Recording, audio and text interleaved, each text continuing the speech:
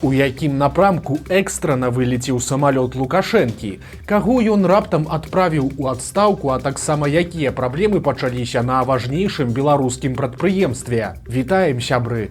Гэта наша Ніва, і зараз мы ўсё вам раскажам.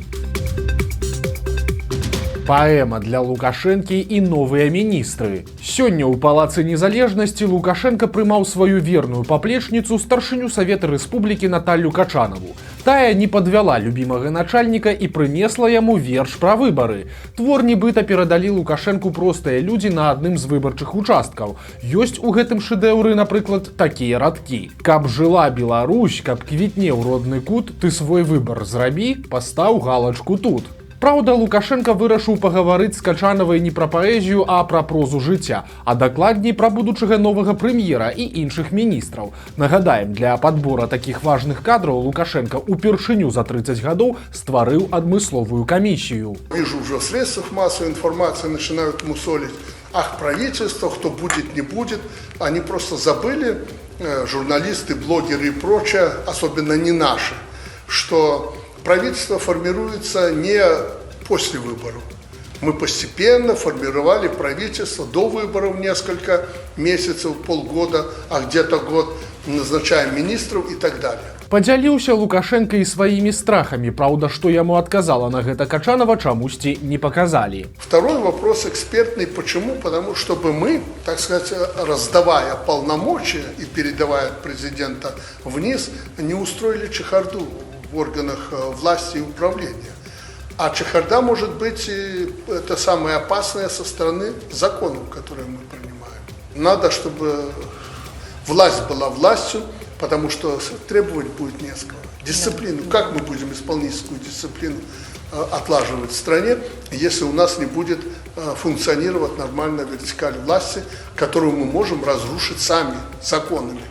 Тому это очень важный вопрос. Дарэчы, Лукашенко таксама намякнуў, каму з чыноўнікаў можна не хвалявацца, а каму варта падрыхтавацца да звальнення. Па яго словах, шмат міністраў і так працуюць на сваіх пасадах менш чым год, таму падобна, што іх мяняць не будуць, а вось старажылам варта напружыцца. Напрыклад, таму ж Раману Галоўчанку, які сядзіць на пасадзе прэм'ера ажно 5 гадоў. Пасля Качанавай Лукашенко прымаў у сябе кіраўніка беларускай праваслаўнай царквы мітрапаліта Веніяміна. Гаварылі яны пра нядаўнюю ідэю Лукашэнкі аб стварэнні ў Жыровічах вялікага духоўнага цэнтра, што б гэта не азначала. Але адметны тут і яшчэ такі момант. Да Качанавай Лукашенко звяртаўся на «ты» і нават не называючы чыноўніцу па імені. Да Веніяміна жа падыход у яго зусім іншы, толькі на «вы», яшчэ і са зваротам «владыка».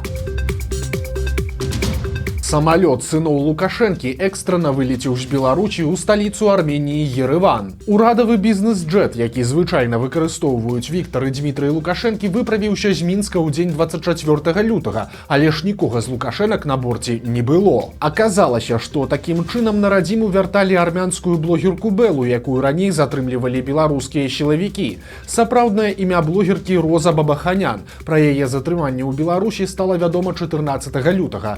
Тады іншы блогер Александр Лапшин паведаміў, што жанчыну арыштавалі на 15 сутак, а таксама ёй пагражаюць сур'ёзныя праблемы. Блогерку нібыта абвінавачвалі паводле 5 крымінальных артыкулаў. Гэта распаліванне варожасці, прапаганда вайны, паклёп, абраза прадстаўніка ўлады, а таксама пагроза забойствам ці прычыненнем цяжкіх цялесных пашкоджанняў. У адным з апошніх эфіраў дзяўчына казала, што азербайджанцы пагражалі ёй арыштам у Беларусі і экстрадыцыяй. Карацей, гэтая сітуацыя магла абярнуцца гучным міжнародным скандалам і яшчэ большым напружаннем паміж Беларусю і Арменіяй. А праз падтрымку Лукашэнкам Азербайджана ў карабахскім канфлікце адносіны паміж афіцыйным Мінскам і Ерэванам і так апошнім часам не вельмі добрыя. Стала вядома, што для развязвання сітуацыі свае сувязі падключыў армянскі алігарх і кіраўнік партыі «Квітнеючая Арменія» Гагік Царукян. Ён узначальвае Нацыянальны алімпійскі камітэт Арменіі і мае цесныя сувязі з Віктарам Лукашэнкам.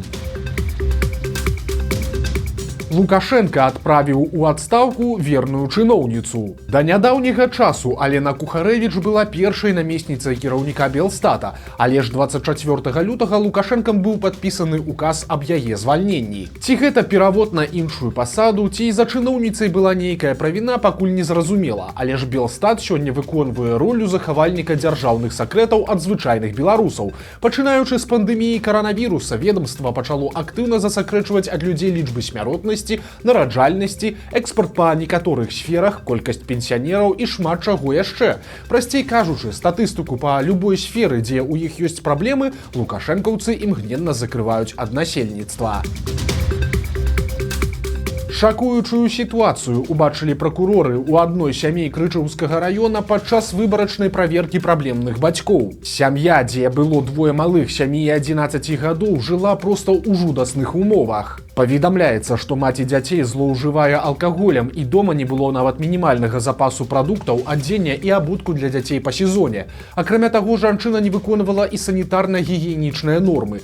Посуд у дзіцячым пакоі з рэшткамі ежы быў з цвіллю. Спальныя месцы непаўналетніх знаходзіліся ў брудным стане. На ложках адсутнічала пасцельная бялізна.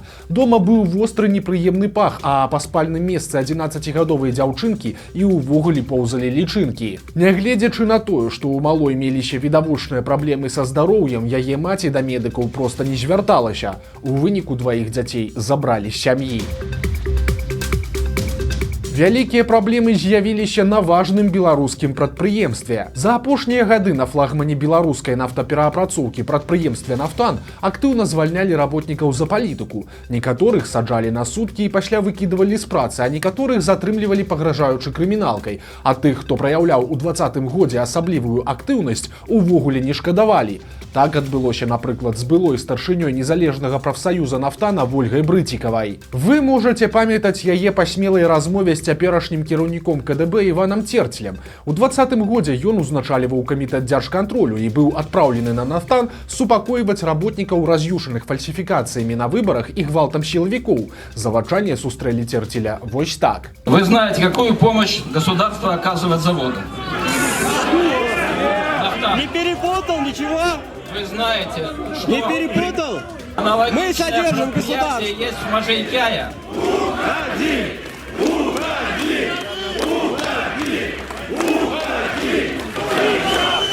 Но мы же договорились слушать друг друга. Вы не даете сказать ничего. Пасля ж Брыцікава зачытала патрабаванні работнікаў.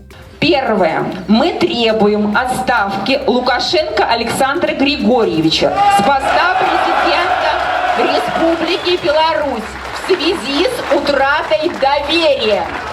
Второй вопрос. Отставка Центральной избирательной комиссии во главе с Ермошиной Лидией Михайловной. Да? У выніку Вольгу Брыцікаву звольнілі з завода, судзілі некалькі разоў па адміністрацыйных артыкулах, а таксама адпраўлялі на суткі. А ў 24 годзе жанчыну абвінавацілі па крымінальным артыкуле і адправілі на 5 гадоў у калонію. Палітычныя чысткі не абышліся без наступстваў, і цяпер на «Нафтане» і на дачынным прадпрыемстве «Палімір» сёння сур'ёзны дэфіцыт кадраў. Цяпер там патрабуюцца больш за 550 работнікаў, прычым як на рабочыя пасады, так і на кіруючыя. Для разумення, дэфіцыт у 550 чалавек гэта ў 4,5 разы больш, чым было 3 гады таму. Таксама заўважна скарацілася агульная колькасць работнікаў. Па даных на 24 год на «Нафтане» працавалі 9100 чалавек. У 2020 было 9900 работнікаў. Як лукашэнкаўцы апрацоўваюць беларускую моладзь? Кіберпартызаны здабылі справаздачу, якую напісала ў КДБ прарэктарка галоўнага універсітэта Беларусі. У паперы да спецслужбаў прарэктарка па выхаваўчай працы БДУ Ганна Бакун піша, як спрабавала перавыхаваць 7 студэнтаў факультэта філасофіі і сацыяльных навук. Яна хваліцца, што ўвесь час дзеянні студэнтаў кантралявалі як падчас заняткаў, так і па-за іх межамі.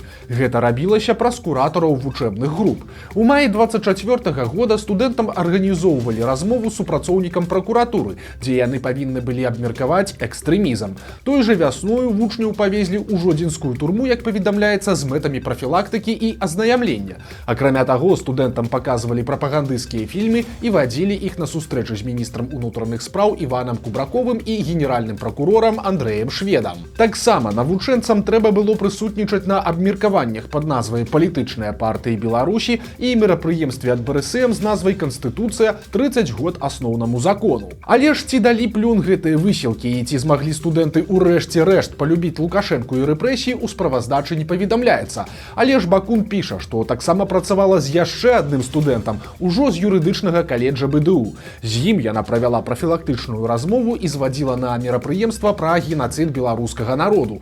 Размаўляла кіраўніцтва БДУ і з бацькамі вучня, але пра паспяховасць гэтага рашэння таксама нічога не вядома. Чарговы суд за палітыку. Цяпер 29гадовую супрацоўніцу кампаніі «Пелінг» Карыну Праташчык асудзілі да 2 гадоў калоніі. Яе прызналі вінаватай у закліках да дзеянняў, якія наносяць шкоду Беларусі. Невядома дакладна, калі яе затрымалі, але падобна, што некалькі месяцаў да суда Карына правяла ў камеры СІЗА, бо апошняя актыўнасць дзяўчыны ў сацыяльных сетках была больш за паўгода таму. Прыкладна ў той жа час, у ліпені 24 года, адбываўся масавы пераслед супрацоўнікаў «Пелінга». А сямейную пару з Гродна асудзілі па 5 крымінальных артыкулах. Леаніда і Антаніну Церабей вінавацілі ў абразе Лукашэнкі і паклёпах на яго, удзеле ў пратэстах, распаліванні варожасці і здзеках з дзяржаўных сімвалаў. У выніку жонку пашкадавалі, прысудзіўшы Антаніне Церабей 2 гады хатняй хіміі, але ж яе мужа адправілі за краты. Леанід Церабей атрымаў 3 гады калоніі. Страшныя лічбы альбо беларускі парадокс. Агулам у студзені 25 года лукашэнкаўская судовая сістэма рэпрэсавала па палітычных матывах як мінімум 89 беларусаў. Такія даныя паведамляе «Вясна», якая вядзе маніторынг судовых працэсаў. Такі вынік студзеня жахлівы, але ж ён найніжэйшы за апошні час. Напрыклад, у снежні пакаралі 188 чалавек, у лістападзе 144, у кастрычніку 172.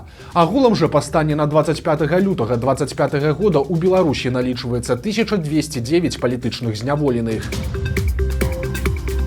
Яшчэ адна беларуская пенсіянерка вырашыла стаць інвестарам і горка пашкадавала. Прычым ажно двойчы. 80гадовая жыхарка Мінска клюнула на аб'яву ў інтэрнэце пра выплаты грошай для беларусаў. Появилось в смартфоне объявление выплаты белорусам.